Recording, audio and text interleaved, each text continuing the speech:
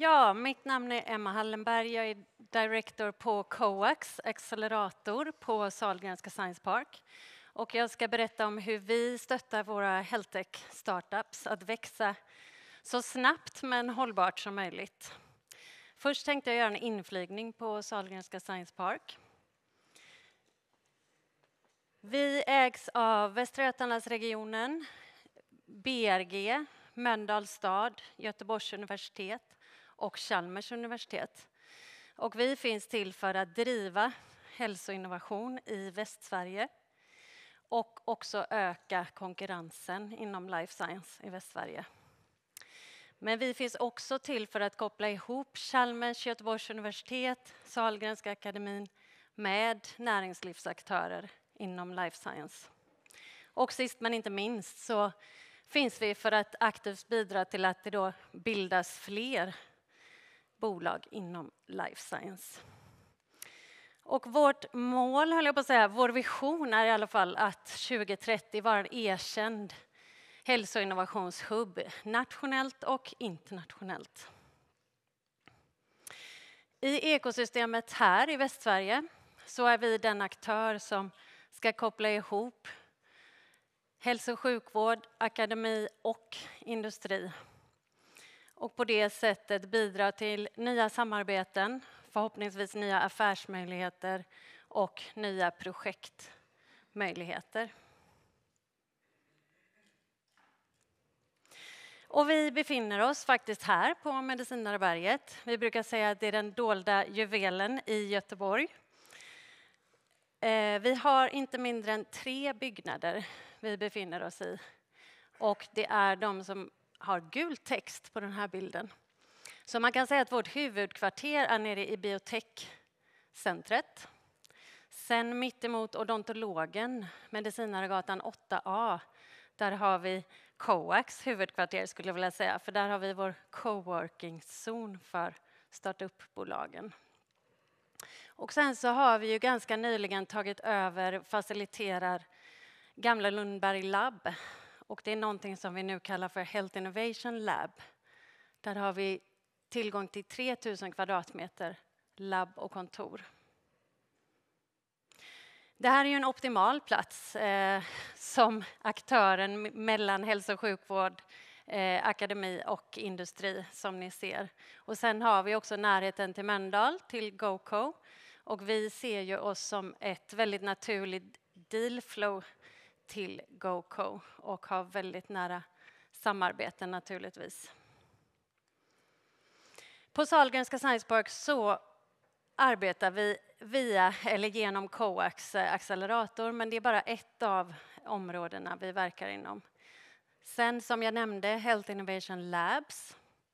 Vi har också Project and Partnerships där vi driver större strategiska projekt.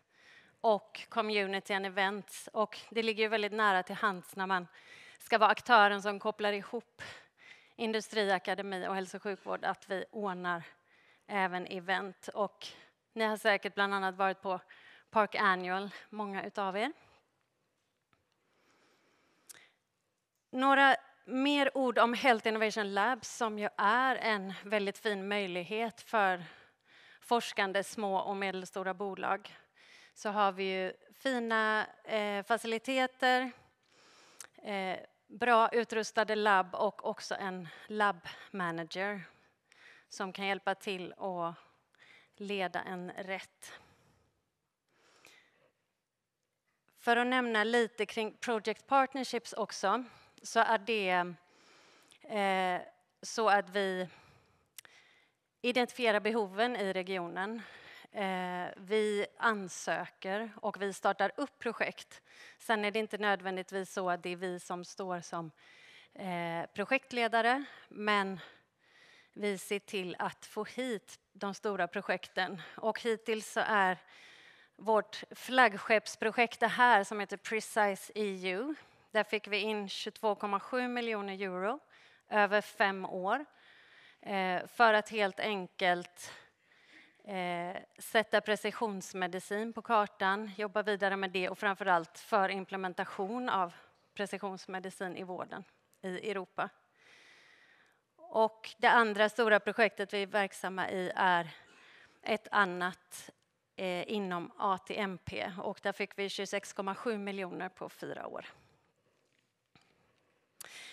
Men det var egentligen Coax jag skulle prata mer om. Och sen start så har vi stöttat 144 bolag. Bolagen har under inkubation dragit in mer än 100 miljoner euro. Och alla våra bolag adresserar globala hälsoutmaningar. De är till viss del deep tech-bolag, hela 40%, så att det är ganska avancerade teknologier och de har ofta lite längre utvecklingstid. Och Sveriges marknad är ju inte så stor som vi känner till. Så från dag 1 så pratar vi ju internationalisering och tittar på vilka marknader som kan bli aktuella. Så varför ska man då söka sig till Coax? Ja, vi erbjuder skräddarsydd affärsrådgivning. Vi är 9 affärsrådgivare som har olika expertisbakgrunder. Och vi är till 30% finansierade av Vinnova. Så vi är en så kallad excellensinkubator. Och det innebär att vi också har så kallade verifieringsmedel för att stötta olika aktiviteter för bolagen om de behöver extern konsulthjälp också. Så vi tar in den kompetens som behövs helt enkelt. Och det vi fokuserar på är, som jag nämnde, internationalisering. Att ha en roadmap för det. Och kapitalet. Det är ju alltid det som behövs för utveckling och det fokuserar vi också mycket på. Och förutom kapital och nätverk så är ju kopplingen till hälso- och sjukvård och till marknaden väldigt viktig.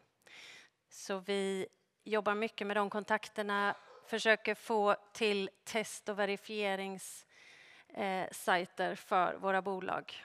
Både här regionalt men allt som oftast nordiskt och ut i övriga Europa också.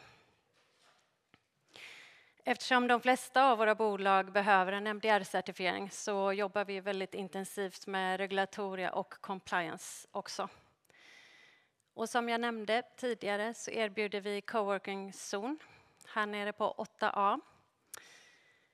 Och ordnar ju också community and events. Bolagen har oerhört stort värde i varandra naturligtvis. I att utbyta erfarenheter, kunskaper men också faktiskt kompetens. Och det kan ju faktiskt vara så att man i vissa fall delar på vissa kompetenser i uppstartsfas när man har lite pengar. Nätverket, det är väl vårt guld. Både det här regionalt, nationellt och internationellt. Och vi är alltid öppna för samtal och samarbeten. Man brukar ju säga att it takes a village to raise a child och alla ni vet att det är verkligen sant även när man bygger bolag. Så att kontakter är A och O för oss. Därför är vi extra glada att få vara här och prata idag. Jag ska strax släppa upp 3 färska, ganska startups helt enkelt. Jag ville bara visa några bilder på bolag som har befunnit sig i vår accelerator och vad som har hänt. Vi har Gloco, de hette Diacent när de var inne i vår accelerator. Så de mergades med Gloco 2016. Och det handlar om att ta hand om sin diabetes på ett effektivt sätt med hjälp av app och vård på distans helt enkelt. Lämnade oss 2008 och omsätter idag 80 miljoner och har ungefär 60 anställda. Sen har vi Intellego som är specialiserade på UV-teknik. De lämnade oss 2013 och omsätter ungefär 190 miljoner. 60 anställda. Och det här ser ni ju ganska klassiskt kanske. Börsintroducerades 2021 och har sedan växt organiskt sedan dess, men en stadig tillväxt.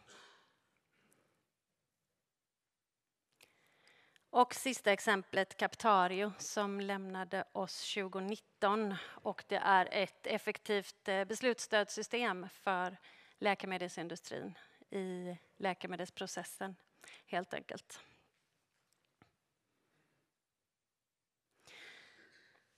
Det var de exemplen, men nu ska ni få träffa några bolag live här då. Och först upp på scen är faktiskt ett isländskt bolag som har sökt sig till Coax. Så det är väldigt kul att vi får internationell traction också. Så jag välkomnar Ian och Mirno upp på scen.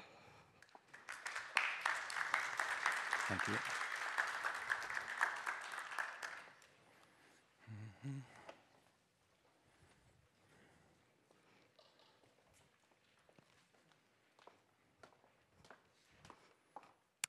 Thank you very much, Emma. My name is Ian, and I'm the Chief Product Officer at Mirno. Mirno make virtual patients, which are the next generation of medical simulation training.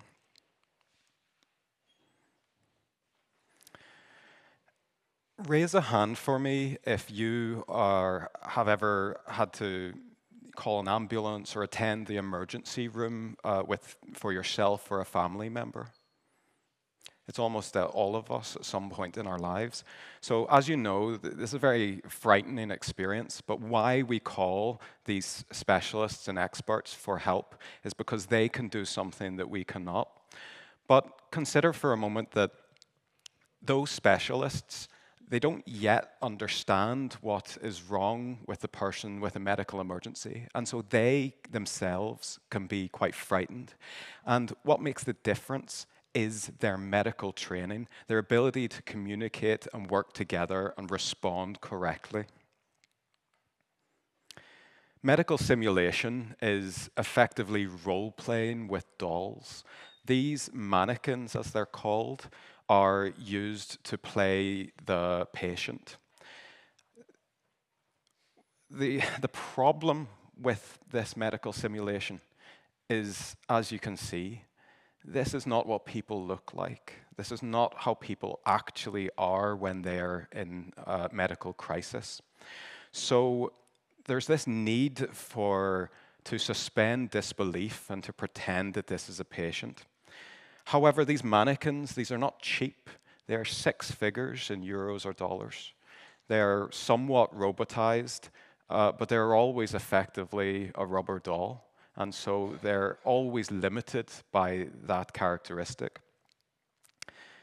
Buying more dolls does not create more training capacity.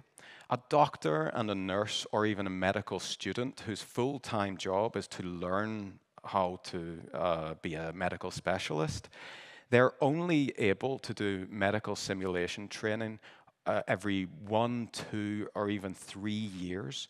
Now, how good would any of us be at something that we only got to do once in 3 years for perhaps an hour or even half a day?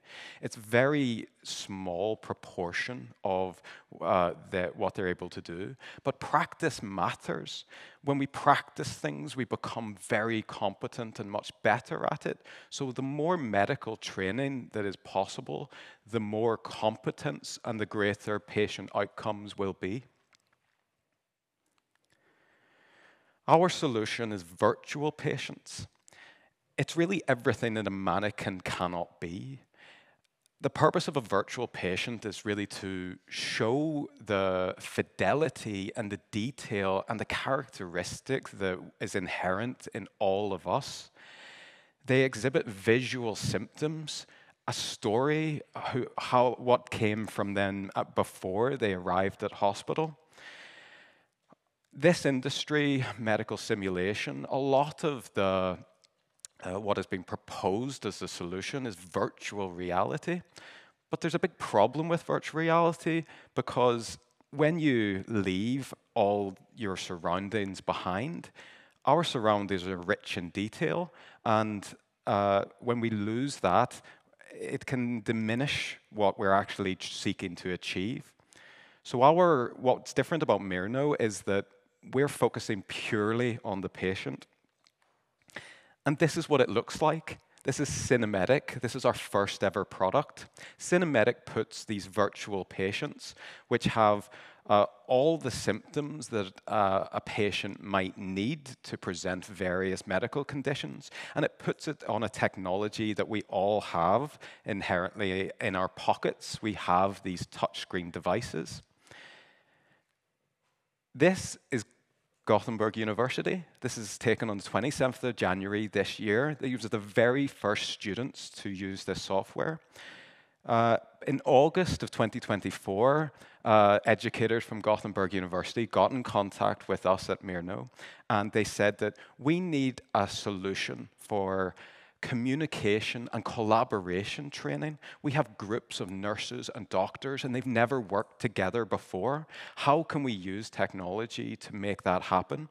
What you're seeing on screen is a nurse is using a prosthetic to practice the practical skills that if I was using a virtual reality headset, how would I be able to do that? I'd be holding controllers in my hands, and it would be like trying to thread a needle, but with 2 oven gloves on. It's the wrong technology. So instead, this hybrid training allows the nurse to insert the IV. So it's a hybrid between the mannequins, the dolls, but also the rich technology that we get from the virtual patient. The physicians present, they are able to assess the patient, touch the patient, see are they responding to stimuli. In this case, a cyclist who has a broken wrist. She yells and screams if you touch her wrist. That's how a patient would do. And so there's much more richness that goes on with this technology. We use AI to allow the educators who have the real objectives, they're the ones that know what they want to teach. We provide them with the tools to create the patients. So in effect, if they already have curriculum, they can upload those documents, those existing training plans, and we will generate the correct patient. They can also then manually craft what extra symptoms and behaviors they'd like to see. And this means that we don't exactly know what the physician or the nurse are going to do, but the virtual patient can always respond in a realistic way because we have a symptom engine that is below the surface and really provides the correct response to a drug that's administered or a different treatment. Cinematic Pro, this is taken locally to us in Reykjavik. This is at the training center. We work in immersive environments and other technologies that allow the simulation to really be realistic. In this case, you can see a virtual relative in the background. What happens in this case is that they can interrupt at key moments and ask questions because that's the sort of thing that really happens in an emergency. There are people involved, and so that's part of what we're developing and building on. We've already sold the system. Gothenburg University ordered 2 of Cinematic Pro for as our first customer. We are a software company, but we work with hardware where needed, and we use local partners to supply these off-the-shelf components as necessary. I mean, we're a member of COAX, as Emma introduced us to, and or introduced us as, and we work with incredible institutions that COAX connects us with. We are collaborating with UC Berkeley in California on commercialization research for Mirno. This connects us to institutions that have a real hunger for this technology. As I mentioned, maybe sneaked in, we're actually an Iceland-based company, and COAX casts a wide net to capture companies like ours that are looking for really what Gothenburg can offer. This is an incredible campus, and even an audience like this is something that we would not be able to find back in Iceland. And our customers, they really enjoy what cinematic and virtual patients can offer because they just don't get that anywhere else. It's a complement, something really extra for them. And it helps them to train the diverse objectives that they as educators have. There is this concept called the fiction contract. It's what, as a learner, we have to buy into to believe that something that is fake is somewhat realistic. Our market, virtual medical simulation, is dominated by virtual reality companies that will say, you've got to put on a headset, you've got to grab these controllers, and you've got to pretend to be a doctor. And lots of brilliant doctors, they're good at their job, but they're really bad at pretending to be a doctor. And therefore, what we aim to do is do the least amount of virtual simulation. And that's what this digital hospital bed that Cinemedic Pro is. That's how that works, and how that really allows teams of medics, and it is always a team. It allows them to work together, to move around, to communicate to each other. When you put on a headset, you lose all that richness, all that quality, and that's why our approach is different. They create these content packs, and it's almost like a script. But that's not really how life works. A patient is dynamic. If you do something unexpected, do the wheels just fall off of the simulation? That's not what we want. And so with our patients, they're programmed and they're capable of responding accurately always. The hardware VR headsets, these are very unpopular with women because it literally is messing up your hairstyle, like if you're wearing makeup, this is an obstruction, this is difficult. And so we have to listen to feedback and respond and give people what they need. People who wear glasses, for example, how am I going to wear the headset and my glasses? Am I uncomfortable? And so our goal is always to produce the least amount of technology to make this really effective training. Another way that we're very different is almost all of our competitors it's a startup started by doctors, and they ask experts to make this virtual training. We are just nerds first and foremost, and we found doctors to work with us, to provide us with the medical background that is needed to do this. It's a really pressing need. Institutions like the National Health Service in the UK have said that they need to double training capacity by 2030. Something as ambitious as that is only possible with the use of technology. And so we're learning very quickly that partnerships are there for us to make this happen because the need is so much. 16% annual growth is an incredible figure, and that's for virtual medical simulation specifically. This is our team. As you can see, there's some doctors here, and these doctors, they are from the area here in Gothenburg. They're providing us with the expertise that we need.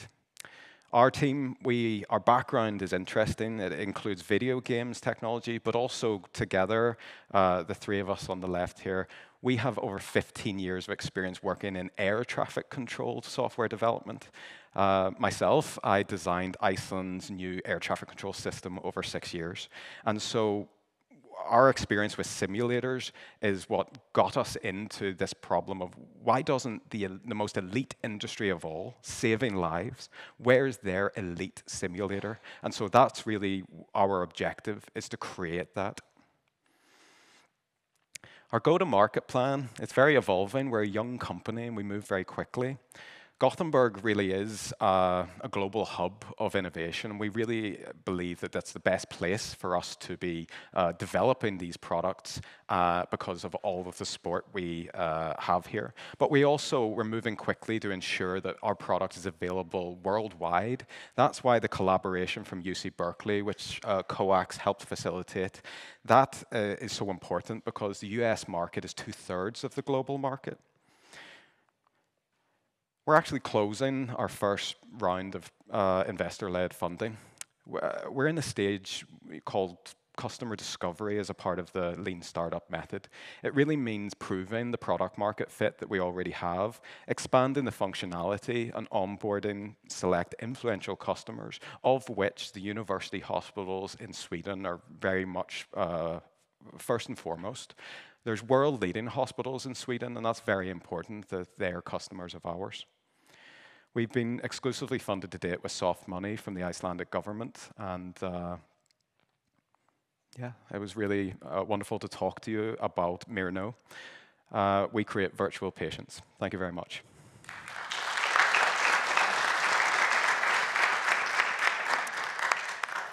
Thank you, Ia. And now a big warm applause for Shahid from Mabel AI. Thank you.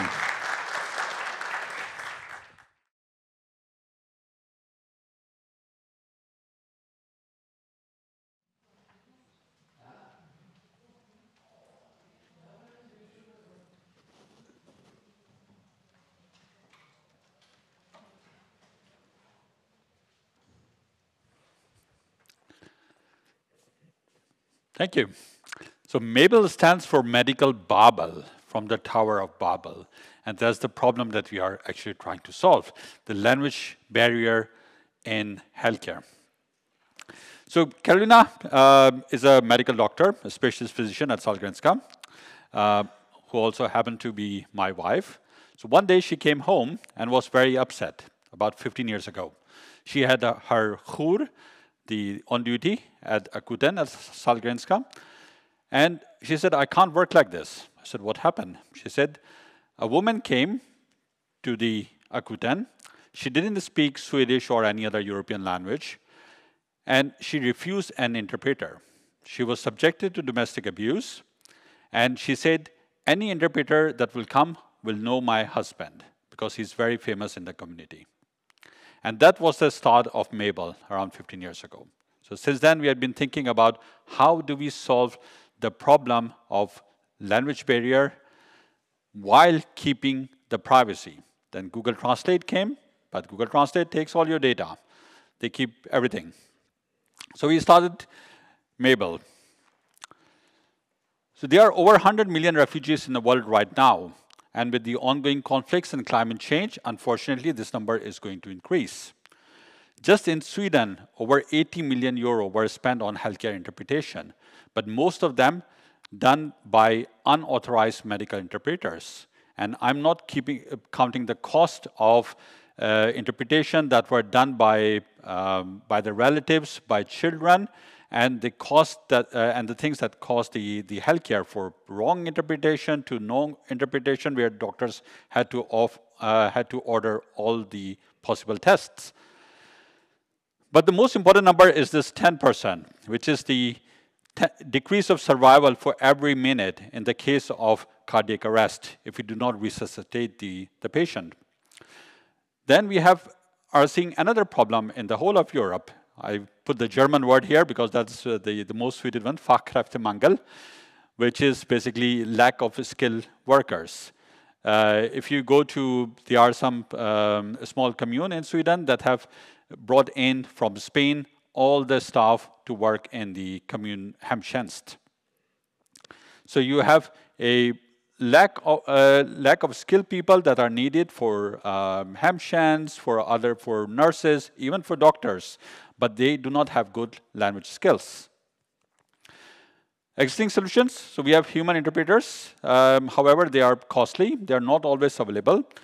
And they may know the patient, as we discussed earlier. Then another kind of solution that is available in the market is questionnaire-based solutions. So you have questions that are translated into different languages, and you go through them as a doctor or a nurse, and you can play the pre-recorded audio. Then you have big tech services like Google Translate, Microsoft Translate, and others. However, they are not authorized for healthcare use because they keep all your data. Enters Mabel Translate. So Mabel is the only fully private voice-to-voice translation solution right now in the world. We developed our own AI models that we can run in the phone without any network. If you do not have a powerful phone, we can run also in your premise. So the hospital can host all our AI models and our web app and run everything inside. No data is saved and no data is shared with anyone. We train our AI models on medical conversations, on clinical terms. So we have license of, for example, SNOMED from Socialstyrelsen. We get medicine list from Läkemedelsverket. We have the brand names. We have the ingredient names, all these things. And our app is robust enough to translate those terms correctly. We have also sought 3 patents for different features, including verification. So there is no one else that offers a kind of verification that we offer. Here you see, for example, if the doctor asks, when did the pain begin? And you see something in Ukrainian, how do the doctors know that it is correctly translated? So we have provided a method for them to verify that the translation is correct, and we have sought patent for it. Then we have some other features in it, which is, for example, for Arabic language. Arabic language is not one language, it's multiple languages because of the dialects. And these dialects can be very different from each other. So we have created our own automatic dialect recognition algorithm where you can speak any kind of dialect of Arabic, and it will recognize if you're speaking Levantine Arabic, if you're speaking Gulf Arabic, if you're speaking Iraqi Arabic, and will use the appropriate model for the translation. We are targeting a service addressable market of 170 million just by considering Sweden, Finland, Norway, and Germany. This slide is slightly old because I will soon show you why. Of a TAM of 24 billion euro from the global healthcare interpretation only. If you are looking at the global translation and interpretation market, that is about to be increased to 120 billion euro by 2030. So we have lots of paying customers, and they are increasing every day. Our app is currently being used in Sahlgrenska, Östra, Mölndal, and many other places in Västra Götaland region. It's used in Norway, where we have actually provided it for free, where they are treating medevac Ukrainian soldiers that were extracted through medevac, and also children from Gaza and Lebanon. We suddenly start to get lots of customers from USA and Canada, which we never expected. And what happened is that with the new political change that you are seeing, they refuse to use their own technology. So the doctors are now worried that if they use Google Translate or any other things that is based on Microsoft or other big tech services, that data can be used to capture, for example, the patients, if they were illegal immigrants, to come back to it, that if they were breaking any law, for example, due to abortion laws. So they are looking for a solution that does not use American services. And this is something that we never imagined 2 months ago. We have secured key global partnerships. So in Västra Götaland region, we are going through Tollförmedling West. In DACH region, Grundig, you might know the big name. We have secured partnership with them, and in Australia through 2M Language Services. That's us. So Carolina, that I mentioned here, she's a medical doctor and a researcher. She's now an associate professor at Gothenburg University with 10 years of clinical practice experience. And she's affiliated with Broad Institute of MIT and Harvard. We used to live for a few years in Broad Institute, and that's when we came back, we started Mabel. My background is in AI, so I'm the data killer here, that you can say. So in our constellation, we like to say that in this health tech company, she is the health, I'm the tech. I have a background in AI. I did my PhD in AI before AI was hip from Germany. I've been working at large companies like Boeing, and you might have heard about Albert Matellerare, some people. I was the technical co-founder of Albert. It's now on stock exchange. Then when we were in USA, I was a director of engineering at an MIT startup where we were analyzing dental x-rays for caries and bone loss and other dental diseases, and I took it successfully through FDA. We have won, actually in 2023, we won all the awards that were available here in Sweden. We won the Venture Cup, we won the Health Tech Award, we are part of the Ingeniörsvetenskaps Academy. But last year we also won the International Award from Slater, which is the language services organization globally, and they picked us as one of the 50 startups, most innovative startups. And our mission is to eliminate language barrier as a cause of death and disability by 2028. And with your help, we can go even faster. Thank you. And do follow us on LinkedIn. Thank you very much, Shahid. So the last company from Coax today. We welcome Petter Björkqvist from Verigraft with a warm applause.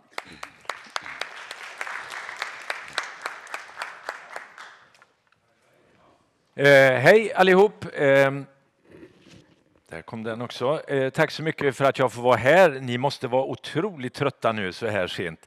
Det är så många kvar. Jag är väldigt förvånad och imponerad och glad såklart. Jag byter tillbaka till svenska fick jag höra, så då gör jag det. Lite bohuslänsk touch på den svenskan. Ni ska få höra om en sista resa av de onoterade bolagen då som vi är. Vi är alltså ett litet privat biotechbolag härifrån Göteborg, nedanför backen i biotechhuset. Vi sysslar med någonting som heter regenerativ medicin och det är den resan jag ska berätta för er nu om här. Jag tänker hoppa direkt in i verkligheten och det här är inte en skräckfilm som någon kanske tror. Det är ingen zombie som är på väg att hoppa på oss. Det här är ett ben från en av patienterna i den kliniska studien som just nu pågår i Spanien och som Verigraft driver.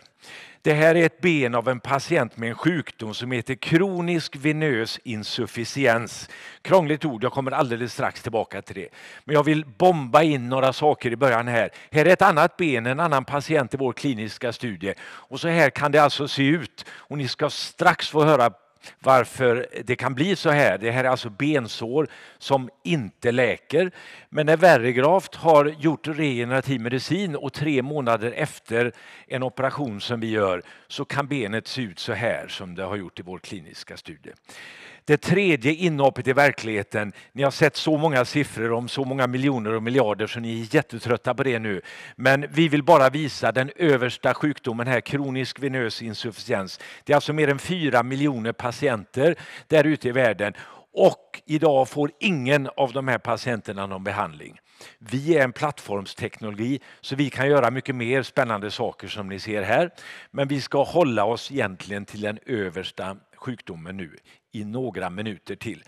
Jag tror jag nästan nämnde att jag är från Bohuslän och den här hummen är fångad i höstas. Min son tog det här fotot. Varför då detta? Jag älskar humrar på alla sätt att äta och fiska dem. Men hummern talar om precis det Verigraft gör. Och varför då? Jo, ni ser någonting med den här hummern. Den har en stor och en liten klo, eller hur?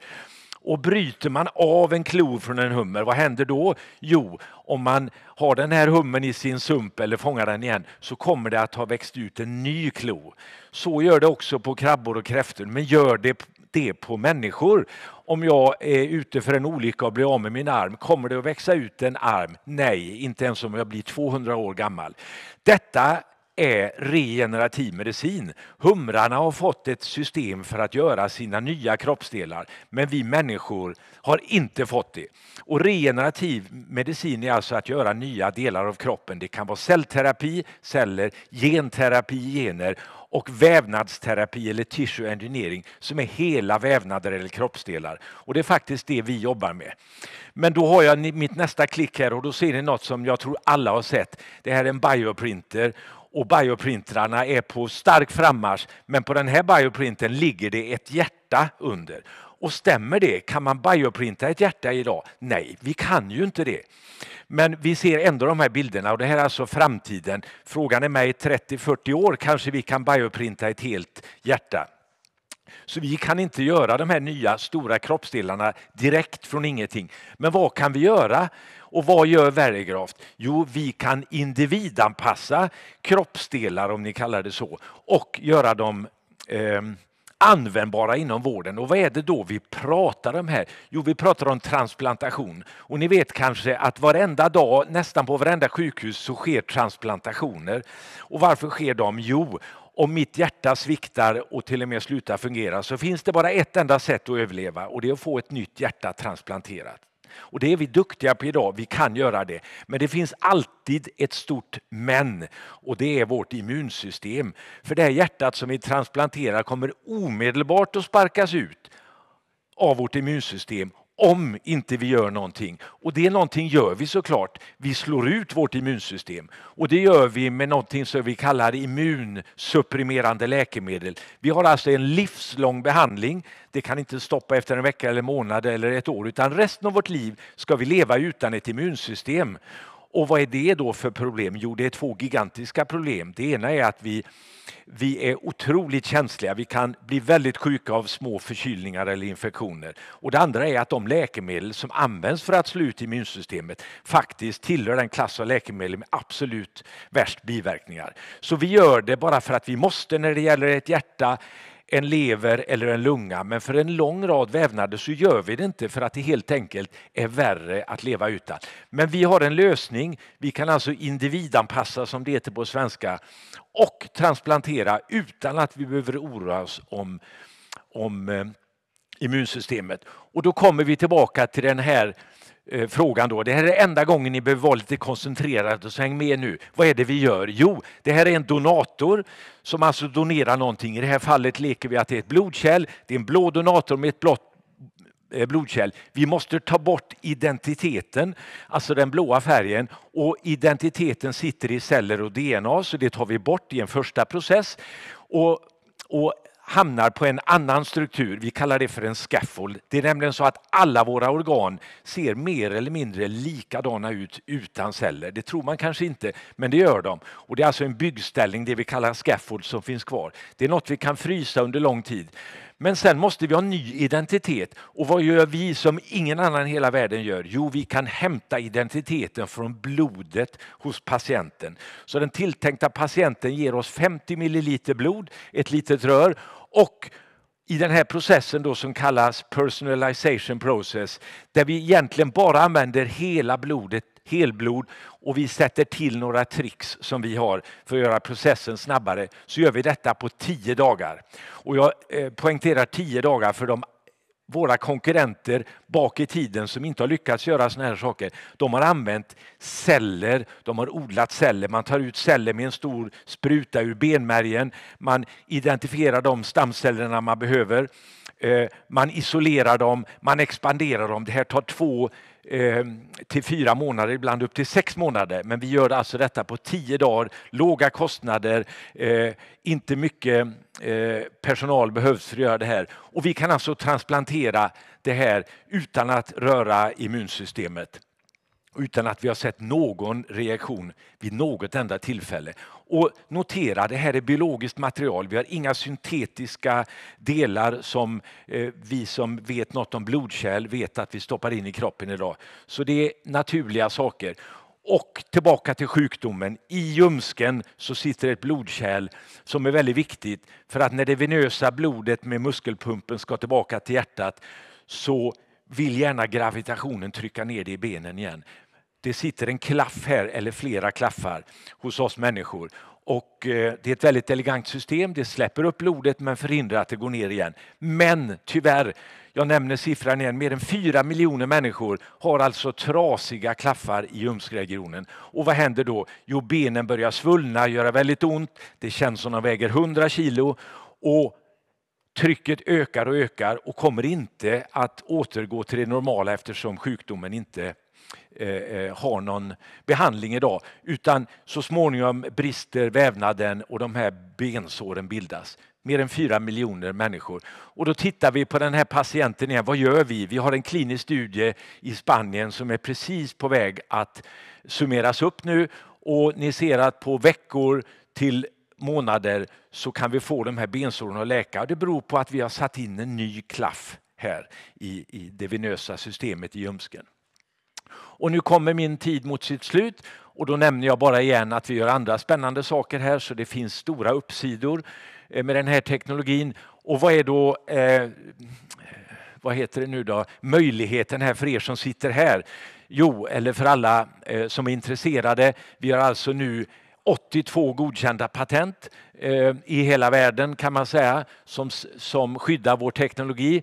Det är ett stort medicinskt medical need, medicinskt behov här. Vi kommer att ta in mot slutet av året 5 miljoner euro för att finansiera första steget mot marknaden. Det här kommer att ta oss mot marknaden både i Europa och USA för vår första produkt. Och parallellt så kommer vi att utveckla nya produkter som ni såg här tidigare. Och vad är hela idén här? Jo, tillsammans med de pengarna vi tar in nu under de närmsta 2 till 3 åren så är tanken helt enkelt att gå mot en exit. Det vill säga antingen en börsintroduktion som vi pratade om eller att vi säljer bolaget. De stora aktörerna på blodkärlsprodukter har redan börjat röra sig. Så nu kommer jag till min sista bild och det är alltså en dålig nyhet och en bra nyhet. Den dåliga nyheten för er som sitter här är att vi är privata, vi ägs av riskkapital. Men den goda nyheten är att just nu så har vi ändrat strategin lite grann. Så vi har startat någonting som jag aldrig har gjort tidigare. Jag vet inte om ni känner till det, ni som sitter här. För jag tror de flesta investerar på börsen. Men vi gör en crowdfunding. Och det är helt enkelt en crowdfunding som kommer att fungera ungefär som på börsen. De pengarna ni investerar kommer att hamna på börsen men i ett så kallat SPV. Så bara en investering når mig och Verigraft. Vi tänker ta in 8 miljoner, vilket är en svenska kronor, vilket är en brygga till de 50-60 miljonerna vi siktar på att ta in i höst. Och såklart är värderingen mycket lägre nu. Så det var det sista och eftersom jag är bohuslänning så slutar jag alltid med en hummer och då tittar ni noga på hummern igen så har vi en ambition att göra regenerativ medicin precis som humrarna gör. Och det var min presentation. Tack så mycket.